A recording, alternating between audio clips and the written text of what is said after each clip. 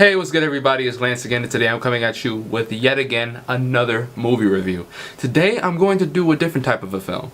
This is a documentary actually that had just came out, I believe, a few weeks ago. I don't believe it's playing in a lot of places. However, heard great things about it. Rotten Tomatoes, it currently holds 100%.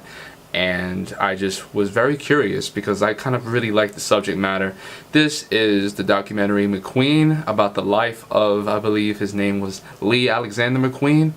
I don't know if Alexander was his real name, however, that's kind of his brand. That was his brand. But anyway, this is about the life of designer, fashion mogul, just champion dressmaker Alexander McQueen. It's directed by a man, I believe his name is Bonhôte, and also another co-director that I believe, or there was actually a couple co-directors for this movie, but he is kind of like the top bill director, so I'm just going to mention his name. I am not very familiar with his other work, so please bear with me. I don't watch a lot of documentaries, to be honest with you. It's probably the genre of film where I watch the least, but I appreciate it, and if it's well done, well cut together, and just overall looks good, has a good story, and just has a good narrative structure, then I appreciate it like any other movie. It basically just follows Alexander McQueen's life from not necessarily his adolescence, but his early days in dressmaking, his early days trying to get into the fashion industry from London all the way to France, and then back to London again. Just his whole upbringing, what he was able to do with so little. You know, he didn't come from the best home. You know, he was abused as a child, and he admits to that. I believe they touch up on that later on in the film. He also just really didn't have a lot of money, and he actually went to Italy with like no money and eventually got a job within like 10 days.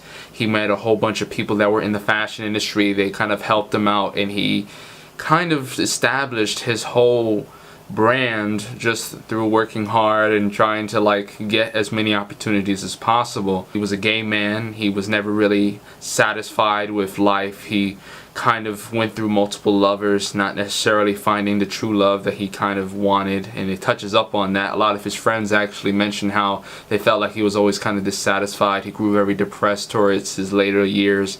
It basically just has an overall arc from his obviously adolescence as a dressmaker all the way to his height and his peak, and all the way until unfortunately his end. It does it in a way where it's just very beautifully cut together. Why I say that is because the archival footage they use is a lot from his runways. He was very visceral. He really wanted the audience to be kind of in awe of what he had to bring, whether it was positive or negative backlash. He just kind of really wanted to have something for people to talk about.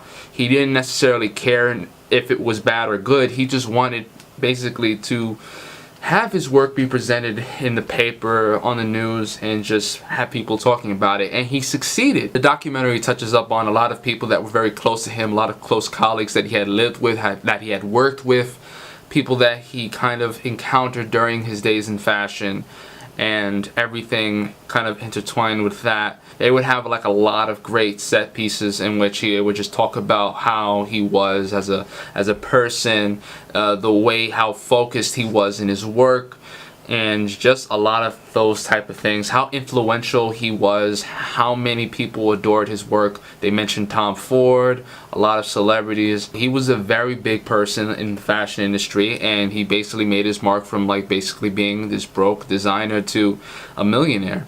And it follows his life from the 90s, of course, to the 2000s, all the way until his unfortunate death. However, it does it in a way in which it's not tedious, it's not narratively incohesive. It's very cohesive. You understand exactly what they're getting at, and it's also a very short and sweet biopic. Even though it does run over 90 minutes, it still doesn't feel like it's over 90 minutes. It has great pacing.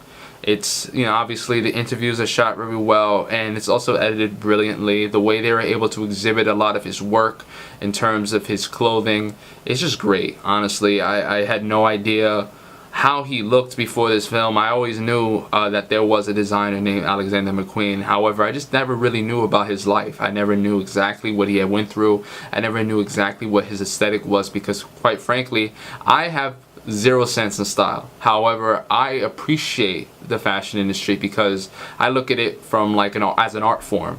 I'm very into art, especially because I went to film school, and I kind of look at directing or making a film as making a dress. I don't know if that makes any sense, but I feel like it might not be far off, because there's an overall vision that any designer, any artist, any filmmaker has when they're trying to make a certain product or just a project in general. With films like Phantom Thread and now this, it's just like opening my eyes to what kind of art form dressmaking is, and just the fashion industry as a whole. They touch upon his relationship with his mother, with his sister, with his colleagues. I just think it's a very neatly put together biopic docu-narrative, and I really enjoyed it.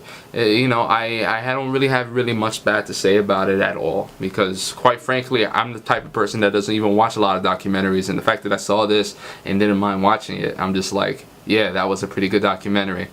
I'm just going to say that this film is pretty dope. Yeah, that's about it. I hope you guys see it if it's playing in a theater near you. Right now it's playing a couple AMC theaters in New York City, and it's also playing the Angelica, which I saw it at. So if you're in New York and you're wanting to see, if you wanted to see this movie, I recommend it. Anyway, you guys have a good one. Please like this video if you enjoyed the review. Also subscribe for new videos. I'm Lance, and I'll talk to you guys later. Peace.